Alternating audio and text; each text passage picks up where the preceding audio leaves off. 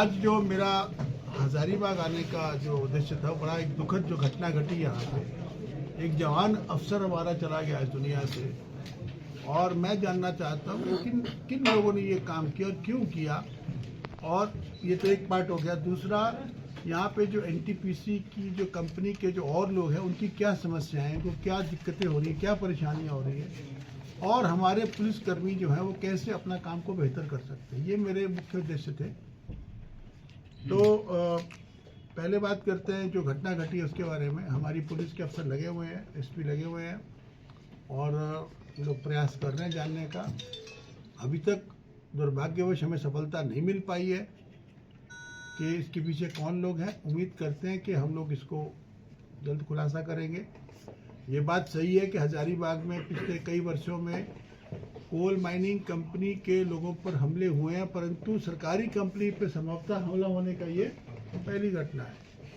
और जिस व्यक्ति की हत्या की गई है वो कोई ऐसा, उसको कोई धमकी या कोई थ्रेट की बात अभी तक स्पष्ट नहीं हुई है, और वो कोई ऐसे पोजीशन में भी नहीं था जहां पर के वो कोई पब्लिक डीलिंग करता हो, या कोल ट्रांसपोर्टेशन या कोल या किसी को कॉन्ट्रैक्ट वगैरह देने, जैसे किसी को कोई आर्थिक लाभ पहुंचाने की स्थिति में वो, ऐसा हमें बताया गया नहीं था। इसलिए ये अपराध हमारे लिए एक चैलेंज है, हजारीबाग पुलिस के लिए, झारखंड पुलिस के लिए।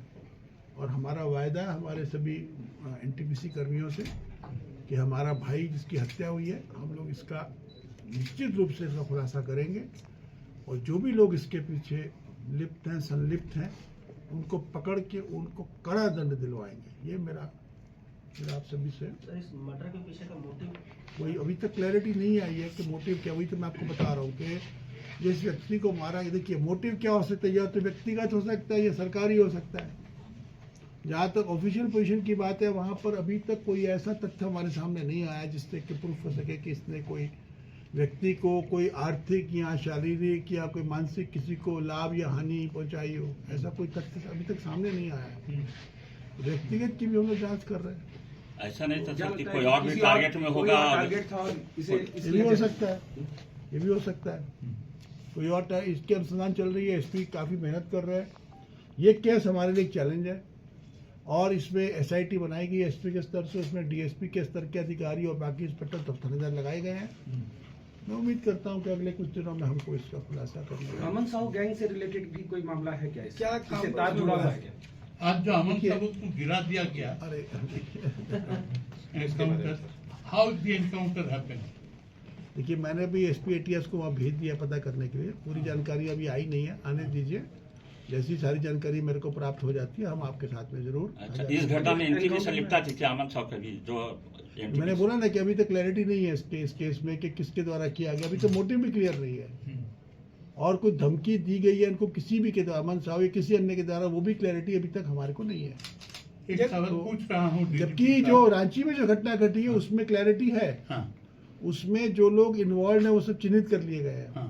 उनके फोटोग्राफ और सब हमारे पास में आ गए हैं, परंतु अनफॉर्चुनेटली हजारीबाग वाली घटना में अभी तक क्लैरिटी नहीं है। मैं आपसे सवाल पूछना चाहता हूँ जी, ये जो रिपीटेड यस, देखिए सिक्योरिटी जो होती है, इट्स एंटायर इकोसिस्टम।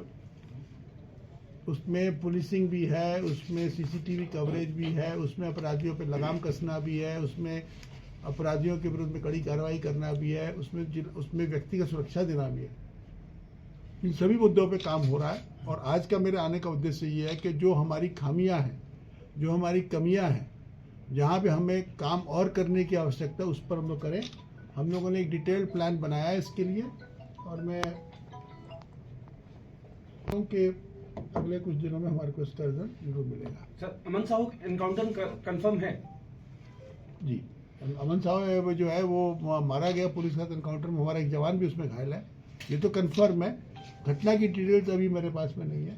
अभी मैंने एक एसपी एटीएस को मैंने भेजा पलामू, और वहाँ की एसपी भी उसको देख रही है, पूरा उसकी जांच हो रही है कि कैसे कैसे हुआ, क्या हुआ। सर, जिस तरह बड़े अपराधी को पूछताछ के लिए लाया जा रहा था, अमन साहब को ये हुआ, तो क्या राज्य में ऐसे जो बड़े बड़े अपराधी हैं, क्या आने वाले दिनों में उनसे पूछताछ होगी? उसको पूछताछ के लिए नहीं लाया जा रहा था। वो रायपुर जेल के में एक रायपुर के मामले में उसको रायपुर भेजा गया था। फिर एक झारखंड के कोर्ट में उसकी ट्रायल के लिए उपस्थिति थी, तो उसको उसके लिए लाया जा रहा था, हाँ, पूछताछ के लिए रिमांड पे नहीं लिया नहीं गया। नहीं, रिमांड पर नहीं था, अच्छा ट्रांजिट पर था वो। अच्छा और चूंकि वो एक बड़ा सातिर अपराध कर्मी है, इसको ट्रांजिट में लाने के लिए हम लोगों ने एटीएस की टीम भेजी थी। साधारण पुलिस की टीम नहीं थी, एटीएस की टीम थी, लेकिन फिर भी उसके साथ ऐसी घटना की तो जिसके चलते सब हुआ। Do you think his death is a relief for the police? हमें ये देखिए, ये नहीं देखिए, हम I am not in favour of any death or any this thing like that. हम कहते हैं कि अपराध मुक्त राज्य झारखंड होना चाहिए, बस हम इतना ही कहेंगे, शायद हम कुछ नहीं कहेंगे। सर, ऐसे लोगों पर कार्रवाई के लिए पुलिस की क्या कुछ कदम चल रही थी? किस कैसे लोगों के खिलाफ जो कुख्यात अपराधी जो अमन साहब हैं। कार्रवाई होगी, सब पे सबको पकड़ा जाएगा। अभी हम एसपी हजारीबाग को मैंने बोला है, अभी जो है अमन साव, विकास तिवारी और जो अमन श्रीवास्तव, 3 गैंग जिस एरिया में काम करते हैं, प्लस एक प्रिंस खान का जो अभी जैसे अभी आज कल रात में हजारीबाग धनबाद जेल के में एसएसपी के और डीसी के द्वारा रेड किया गया है, उसमें मोबाइल बरामद हुए हैं। उसमें हमें बताया जा रहा है कि प्रिंस खान के सारे रिश्तेदार और सारे दोस्त संबंधी एक ही वार्ड में रह रहे थे। तो मेरा एक ऐसा क्यों, हम लोग देखेंगे इसको। सर, अपराध की जो दुनिया है, कहीं ना कहीं तो जेल के लोग इन्वॉल्व नहीं है अपराध में। और ये सिर्फ झारखंड तक सीमित नहीं है, ये पूरे देश में देखा जा रहा है। आप लॉरेंस बिश्नोई गैंग को देखो, बाकी देश में देखो, दिल्ली में हत्या हुई है, कोर्ट में हत्या हुई है, जेल में हत्याएं हुई है। तो जेल, चूंकि जेल में अपराधी रहते हैं और अपराध करना अपराधी की प्रवृत्ति है, तो जेल में रहे, जेल से बाहर रहे, हो सकता है वो अपराध जेल के अंदर से भी करता हो। अमन साहब के विरुद्ध कितने मामले चल रहे हैं पूरे स्टेट में? 100 से अधिक। सर, कोई लाउड एंड क्लियर मैसेज है अपराधियों के लिए सर इस घटना के बाद? मैसेज थोड़े देना अपराधी पे, कार्रवाई करना, मैसेज क्या देना अपराधी। You are hopeful that the culprit will be caught in Hazaribagh? 100%. I'm sure they will be caught. Hopefully, hope is devoid of uncertainty. I'm sure they will be caught. Sir अभी आप NTPC समय क्या मांग थी उनकी, क्या उनको उनकी देखिए, एक तो जो उनका एक अनुरोध था कि उनका एक भाई चला गया, तो उसकी पकड़ धकड़ होनी चाहिए, जो कि बहुत जेन्युइन है, उसको हम लोग कोशिश कर रहे हैं। इसके अलावा अब जैसे एक उदाहरण दे रहे थे कि एक 2.2 किलोमीटर की एक रोड बनाई गई है, जिसमें 100 मीटर के स्ट्रेच में कोई आदमी, कोई महिला उसको रोक के बैठी हुई है, कोई जीएम लैंड को लेकर के। तो ये सब नहीं चलेगा। किसी को, ये तो पूरे सरकारी तंत्र में रोक डालने का अधिकार किसी व्यक्ति को नहीं है। अगर कोई व्यक्ति, वो क्या रोड का नाम था, 2.1 पैच के हिसाब से ही है उसका नाम ही है 2.1 पांडु है, क्या होगा पांडू का है सर, पांडु का। Irrigated area। what can I say, sir? We are trying our best, and you know, the proof of the cake is in the pudding, in the eating it. तो अगर हो जाता है, पकड़ा जाता है, तो बहुत अच्छा होगा। हम लोग कोशिश, उम्मीद करते हैं कि पकड़ लेंगे इसको। तो सीबीआई इंक्वायरी का हम क्या कह सकते हैं।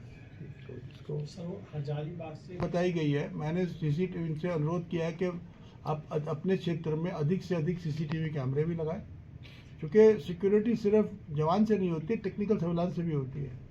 अभी भी जो घटना घटी है, इसमें भी जो क्लू मिला है वो सीसीटीवी से ही मिला है।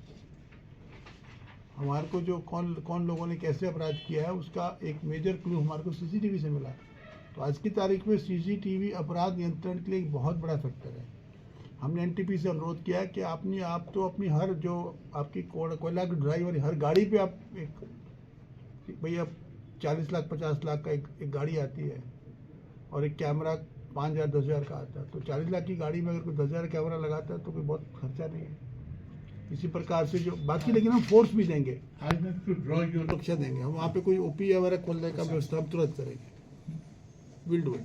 ये एनटीपीसी के लोगों का भी सुझाव था और हम लोग को भी ये महसूस हुआ। I have एसपी साहब, written yesterday in my देखिए, इसमें हम कोई कमेंट नहीं करेंगे।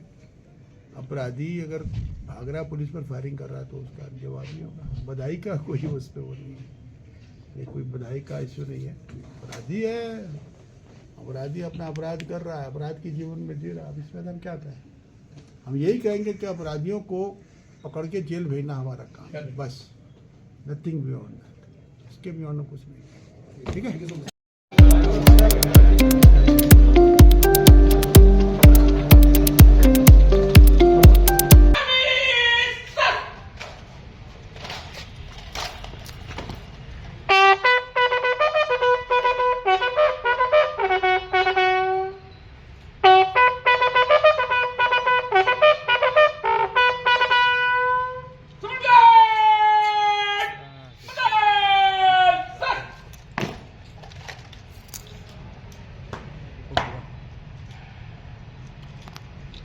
श्रीमान सम्मान गार्ड की कार्रवाई पूर्ण हुई, आगे का आदेश। विसर्जन करेंगे।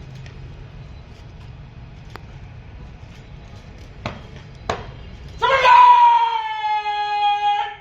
विसर्जन।